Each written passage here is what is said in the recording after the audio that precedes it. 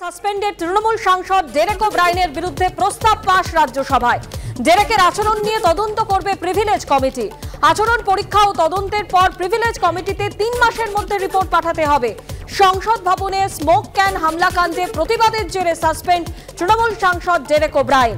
চলতি শীতকালীন অধিবেশনের বাকি দিনগুলিতে রাজ্যসভায় ঢুকতে পারবেন না ডেরেক। বারবার আসনে গিয়ে বসতে বলার পরেও না শোনায় তৃণমূল সাংসদকে সাসপেন্ড করেন রাজ্যসভার চেয়ারম্যান জগদীপ ধনকর।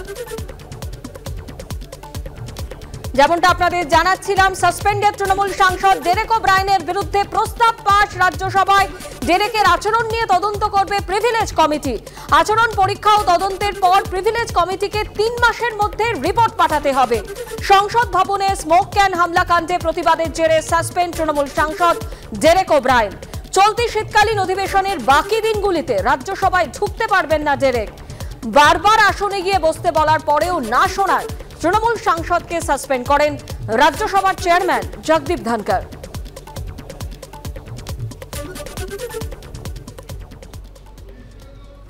ডেরেক ওব্রায়েনকে প্রথম দিন থেকেই টার্গেট করা হচ্ছে, যেহেতু ও সবচেয়ে বেশি সোচ্চার আমাদের দলের নেতা হিসেবে।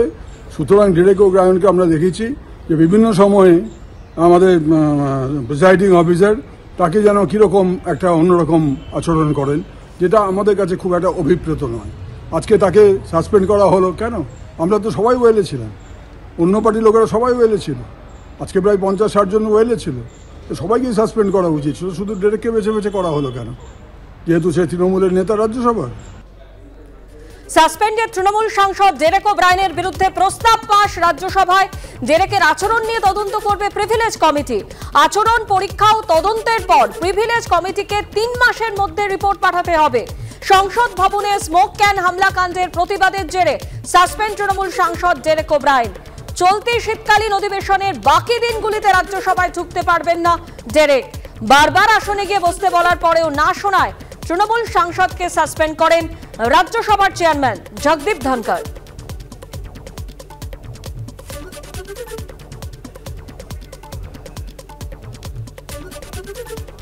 সাসপেন্ডেড তৃণমূল সাংসদ ডেরেক ওব্রায়েনের বিরুদ্ধে প্রস্তাব পাশ রাজ্যসভায়। ডেরেকের আচরণ নিয়ে তদন্ত করবে প্রিভিলেজ কমিটি। এটি অত্যন্ত স্পর্শকাতর বিষয়, তদন্ত চলছে।